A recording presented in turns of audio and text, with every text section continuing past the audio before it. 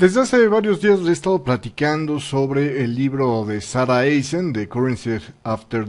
the Crash, que es un libro que ella dirige y donde incluye los comentarios de distintos personajes del medio. En el punto del día de hoy le quisiera platicar sobre el capítulo uno, donde hablan de varios puntos, entre ellos el que hoy vamos a comentar, que es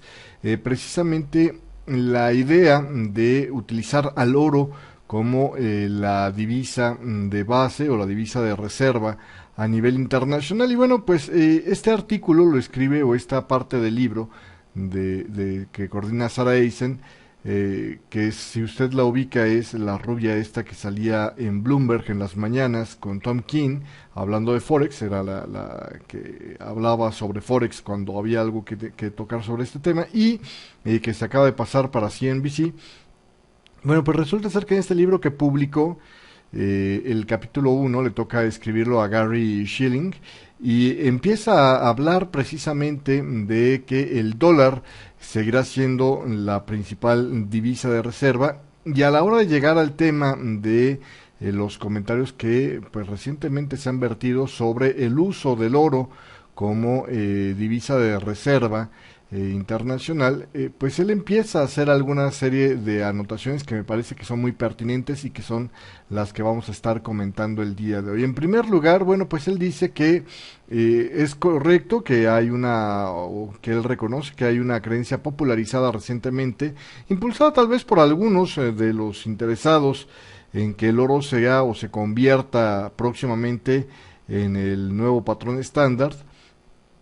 y habla sobre las posibilidades de este fenómeno. Dice, desde el punto de vista práctico, a favor el oro tiene, pues que es un material, vamos, un activo que en cuanto a su cantidad es estable, es decir, la cantidad de oro que existe el día de hoy no difiere mucho de la que existía después de los hallazgos de América del 1500, que en ese momento, por cierto, sí que se vivió una presión en la economía debido a ese exceso, ¿no?, de oro que se había encontrado, y que generó un shock inflacionario para lo que fue los países de Europa. También, aparte de esto, el oro no se oxida, no merma, es decir, es un material bastante constante. Ha vivido en los últimos años un rally notorio que lo llevó hasta los $1,690 por onza. Sin embargo, pues también hay que recordar, dice este autor, su valor no es estable luego del auge. Por ejemplo, en los años 70 él refiere que después de ese auge que obligó a cuando hubo el temor por, más bien, cuando hubo el temor por los títulos emitidos por el Tesoro, por el Fiat Money emitido por Estados Unidos, la gente se refugió en el dólar, y entonces prácticamente extinguieron las reservas de oro que tenía Estados Unidos y obligan a Nixon, explica este autor, a dejar el patrón de oro, a desalinearse del patrón de oro. Y después de esto, que ocurrió por ahí de las décadas de los 70, donde hubo un momento de auge interesante para el oro, bueno, pues los siguientes 20 años no fueron nada fáciles para los tenedores de oro. El oro, fíjese usted, entre estos 20 años, es decir, de los 70 de los 80 al 2000,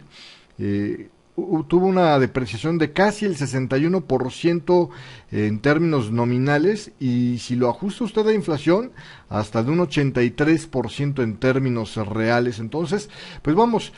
aquí el autor quiere decir, hay vaivenes en el precio del oro, tampoco es la panacea de la estabilidad. Otro problema es obviamente que es, por ser un metal, pues es difícil de portar, no es pesado, sobre todo cuando hablamos ya de fuertes cantidades, y pues esto mismo hace que también sea costoso el poderlo almacenar, ¿no? Obviamente existen formas de almacenarlo y cambiarlo por algo más transportable, como podrían ser los certificados de depósito, pero aquí, una vez que desligas, dice el autor, al oro de tu mano, es decir, una vez que ya no estás hablando de monedas de oro tal cual físicamente, sino que ya estás hablando de papelitos, pues suena un poco inocente el creer que no se va a manipular la cantidad. Es decir, es muy difícil como ya ocurrió en el pasado, desde la época de los antiguos chinos, dice este autor, se extendían certificados por monedas de oro y se comercializaban con esos certificados, o se utilizaban como papel moneda estos certificados. Y desde ese entonces, pues el problema era que aquel que almacenaba el oro de repente pues inflaba las cantidades de oro que tenía o emitía certificados que no correspondían. Vamos, es muy difícil fiscalizar que realmente los certificados de oro que estén circulando correspondan exactamente a una cantidad idéntica de oro físico guardado en algunas bóvedas, ¿no? Entonces, pues cuando llegamos a ese punto donde para facilitar la portabilidad y el negocio del oro hay que convertirlo en algo que no sea el oro tangente, el oro físico como tal, pues la verdad es que volvemos a tener el mismo problema, es decir, se puede generar inflación a través de la creación de certificados de oro más allá de las existencias reales. Y aun si esto se pudiera evitar, dice el autor finalmente, aun si esto se pudiera evitar, se generara un mecanismo para controlar que realmente certificado de oro que existe es certificado de oro que tiene realmente este respaldo en el oro físico. El problema que habría es, por un lado, la posibilidad de que apareciera alguna otra fuente de encontrar oro y generara inflación. Pero además de esto, mucho más cercano y mucho más realista, el problema sería que dejarías a los bancos centrales del mundo, pues prácticamente como está viviendo ahorita la eurozona su crisis, es decir, durante los momentos extremos en las economías, cuando hace falta ajustar la oferta de dinero para poder controlar las cosas, limitas a los bancos centrales si no les das la capacidad de estar imprimiendo billetes, ¿no? El problema que tiene, por ejemplo, la eurozona, que sus estatutos le impide a los banqueros centrales de la eurozona generar dinero, pues los ponen aprietos una vez que las tasas de interés las dejas en cero y pues hay pocas herramientas de política monetaria convencionales para tratar de ayudar a arreglar las cosas. Buena parte de los problemas que está viviendo Europa se explican a través de esta ausencia de posibilidades de pues imprimir billetes, dice este autor. Y finalmente este es un futuro que probablemente, aunque fuera posible, sería poco deseable debido a precisamente las complicaciones que genera a cambio de ese control, ¿no? Entonces, pues esta es la opinión que se vierte sobre el tema de por qué realmente el utilizar el oro como la divisa de reserva mundial pues no es tampoco la panacea, inclusive es una fantasía que muchos consideran ni siquiera sería deseable.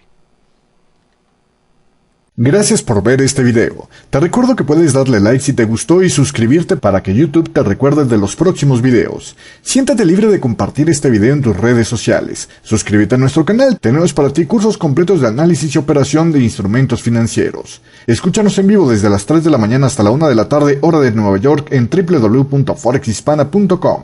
Recuerda que todos los días de lunes a viernes a las 9:30 de la mañana te espero en punto 9 con toda la información sobre los mercados financieros.